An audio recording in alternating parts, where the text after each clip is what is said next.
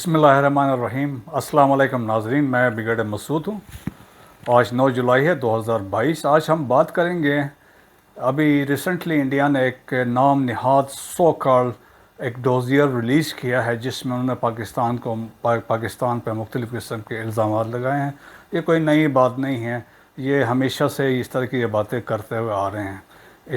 اس dossier یہ ہے 33 pages کا یہ ڈوزیئر ہے، اور اس میں انہوں نے فوکس کیا ہے کہ انفلٹریشن ہو رہی ہے، political instability Indian illegally occupied Jammu و کشمیر پاکستان کی وجہ سے ہے، وہاں پہ جو انریسٹ ہے وہ پاکستان کی وجہ سے، سو اینڈ سو آن۔ مطلب کوئی خاص بات نہیں ہے، کوئی سالڈ چیز نہیں ہے، کوئی ایویڈنس نہیں ہے، just is a part of their disinformation campaign جو یہ ان دی پاسٹ وہ کرتے رہے ہیں۔ اور اس کو پھر یہ ہوا کہ جو انڈین میڈیا ہے نون ایز گودی میڈیا، انہوں نے فوراً اس کو اٹھایا، اس میں سنسیشن کریٹ کیا، ہائپ دی، اور پھر اس کو اکراس انڈیا اس کو انہوں نے ریلیز کیا۔ سنس وی نو کہ یہ Indian media is align with the B J P RSS government, so it was there mandate کہ اس کو چھالیں، اور اس طریقے سے اکارڈنگلی انہوں نے اس کو کیا۔ اب بات ایسی ہے کہ جس طرح کہ انگلش میں ایک محاورہ ہے، دی پاٹ کالنگ دی کیٹل بلیک، یعنی کہ الٹا چوک کوتوال کو ڈانٹے۔ مطلب آپ خود کر رہے ہیں اور اپنی صفائیاں دے رہے ہیں، اور خود غلط کام کریں اور دوسروں پہ آپ اس پہ الزام ڈالیں۔ So let's go and do some post mortem. اب پہلے دیکھیں، فیکٹس کو ہمیں انڈرسٹینڈ کرنا چاہیے۔ دی فیکٹ یہ ہے، انڈیا نے آج تک آپ کو ایکسیپٹ نہیں کیا پاکستان کو as a independent sovereign state in the region. So اس لیے وہ ہمیشہ سے آپ کو ویک کرنے، ڈسٹیبلائز کرنے کے لیے مصروف ہے، بیزی ان ہیچنگ کانسپریسیز، تاکہ آپ کو ڈسٹیبلائز کر سکے۔ ہم نے پاس میں دیکھا ہے کہ ہم نے وارز لڑی ہیں، اسکلیشنز ہوئے ہیں، سیاچن، کارگل، پھر انہوں نے دے ریزورٹڈ فار وار، جو ٹیررزم پاکستان میں کیا ہے۔ Now this has been combined with 5th generation warfare, اور ہائبرڈ وارفیئر کا بھی حصہ بن چکے ہیں۔ سو انڈین آبجیکٹیوز کیا ہیں یہ سارے گیم کرنے کے؟ وہ ایک تو چاہتے ہیں پاکستان کو ڈسٹیبلائز کر سکیں، پاکستان کو ڈسٹیبلائز اکانومی کے حساب سے بھی کریں، اور سیاسی طور پہ، پولیٹیکلی طور پہ بھی اس کو ڈسٹیبلائز کریں، تاکہ یہاں پہ کیاس اور کنفیوژن ہو۔ اور اس میں آگے یہ کیا مینز ہیں ان کے پاس اس ٹارگٹ کو اچیو کرنے کے لیے؟ جیسے ہم نے بات کی ہے آج ٹیررزم، آگے ہم بات کریں گے کہاں یہ کیسے کر رہے ہیں۔ Second, 5th generation warfare and hybrid warfare, میں نے اس پہ ایک ڈیٹیل میں ایک وی لاگ کیا جس میں میں نے بیان کیا ہے کہ کس طریقے سے کیا ہو رہا ہے۔ ڈس انفارمیشن کمپین، جس طرح یہ ڈوزیئر ریلیز کیا ہے، is a part of disinformation. اگر آپ لوگوں کو یاد ہو تو یورپین جو EU لیب ہے، انہوں نے ڈسکور کیا تھا کہ ایک انڈین کرونیکل کے نام سے، جہاں وہاں پہ فیک میڈیا آؤٹلیٹس تھے، وہ 750 پلس، جو وہاں پہ پرنٹ اور الیکٹرانک میڈیا دونوں میں وہ کنٹینٹ پروڈیوس کر رہے تھے جو they were very critical of Pakistan, اور ان کا ایم کیا تھا، وہاں پہ انفلوئنس کرنا یورپین یونین کو، UN کو، ادر کنٹریز، کہ پاکستان یہ کر رہا ہے، اور پھر اسی کو پھر یہاں سے خبریں لے کے مین اسٹریم انڈین میڈیا کو فیڈ کرتے تھے۔ So this is again as I said is a part of disinformation campaign. Then opposing Pakistan everywhere, whether کسی بھی فورم میں، FATF میں ہو، IMF میں ہو، UN سیکورٹی کونسل میں ہے، UN جنرل اسمبلی میں ہو، وہاں پاکستان کو اپوز کرنا۔ اب ریسنٹلی جس طرح ہم نے ابھی سنا، برکس کی جو میٹنگ ایک ہوئی بیجنگ میں، جس میں they invited China 13 other countries to attend the BRICS جو کانفرنس تھی وہاں پہ۔ So Pakistan was not invited, لیکن بعد میں یہ پتہ چلا کہ India as a member of BRICS نے اپوز کیا تھا for inviting Pakistan to attend this meeting. So وہاں آپ دیکھ سکتے ہیں کہ کس طریقے سے آپ کے خلاف ہے۔ افغانستان کے سائل کو جب ہم ٹیررزم کی بات کرتے ہیں، India has has been using Afghan soil for terrorist activities across Pakistan.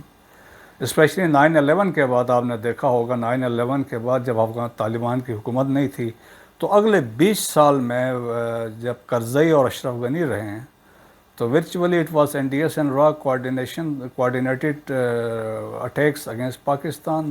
اور جس طریقے سے پیچھے اٹ واز کنفرم کہ 66 ٹریننگ کیمپس تھے انڈیا کے جو بین آؤٹ فٹس کو افغانستان کے اندر وہاں پر ٹرینڈ فائنانس اور ایکوپ کر کے پاکستان بھیجا جاتا تھا. اور انڈین کونسلیٹ جو وہاں پہ تھے دے ور پلئنگ این ایکٹیو رول. اور اس طریقے سے وہاں سے یہ تھا. تو Chuck Hagel I have been quoting frequently Chuck Hagel secretary defence of United States, انہوں نے کئی دفعہ کہا تھا کہ جی India has been using Afghanistan as a second front against Pakistan by financing terrorist activity in Pakistan. So یہ آن ریکارڈ پہ بات ہے. ایک کتاب لکھی ہرش پنت نے انڈیاز افغان ماڈل. اس میں وہ لکھتے ہیں کہ اندرا جب حکومت میں تھی so in 70s they started supporting Baloch insurgents in Balochistan. اور اسی طریقے سے ان کا ایک نیشنل سیکورٹی ایڈوائزر ہے نارائن, وہ بتاتے ہیں ان نون وہ amount of cash was funneled into the accounts of those groups who were opposing Pakistan in Afghanistan. So اس طریقے سے وہ وہاں پہ آپ کو اپوز کرتے رہے ہیں. اب ہم بات کرتے ہیں ڈوزیئرس جو ہے. ہم بیسیکلی ڈوزیئرس تو سٹارٹ پاکستان نے کیا تھا دنیا کو باور کرانے کے لیے کہ پاکستان میں انڈیا کیا کر رہا ہے. اگر آپ کو یاد ہو تو 2009 میں then Yousaf Raza Gilani the prime minister of Pakistan met Manmohan Singh Indian prime minister at Sharm El Sheikh. وہاں پہ they discuss the Indian involvement in Balochistan. اور اس میں ان کو ایویڈنس اس وقت was provided to Manmohan Singh کہ انڈیا بلوچستان میں کیا کر رہا ہے. And Manmohan Singh agreed to look into the issue, جس پہ انڈیا میں بڑے ہیو اینڈ کرائی مچ گیا تھا کہ انہوں نے کیوں ایکسیپٹ کیا اور کیوں ایگری کیا ہے. اور سیکنڈ ڈوزیئر وہ جو 2009 کا ڈوزیئر تھا we also share with the United States. پھر سیکنڈ ڈوزیئر 2015 میں پاکستان نے دیا. اور یہ ڈوزیئر ہم نے پرووائڈ کیا ہے یو این سیکرٹری جنرل اس وقت بان کی مون تھے, ان کو بھی دیا اور انٹرنیشنل کمیونٹی کو بھی دیا کہ بھائی آپ نوٹس لیں کہ انڈیا پاکستان میں بلوچستان میں ایسٹ وائل فاٹا میں کراچی میں ٹیررسٹ ایکٹیویٹیز کر رہے ہیں اور کیسے فیسیلیٹیٹ کر رہے ہیں. اور پھر اس کے بعد 2020 میں اگر آپ کو یاد ہو again there was a press conference اس وقت کے D G I S P R foreign minister نے کی تھی. Again details were shared. اور پھر یہ بھی جو ہے dossier was given to not only to secretary general European Union international community and OIC کو بھی دیا تھا کہ یہ کس طریقے سے ٹیررسٹ ایکٹیویٹیز پاکستان میں کر رہے ہیں.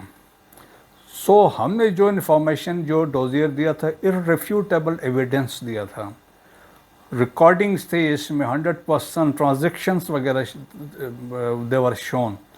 اور اب international community unfortunately is not acknowledging 86,000 casualties including security forces جو لوگ ہمارے شہید ہوئے وار آن ٹیرر میں, اور جو ہمارا اس پہ لاس ہوا ہے اوور $126 بلین کا جو لاس ہوا اس وار آن ٹیرر کی وجہ سے.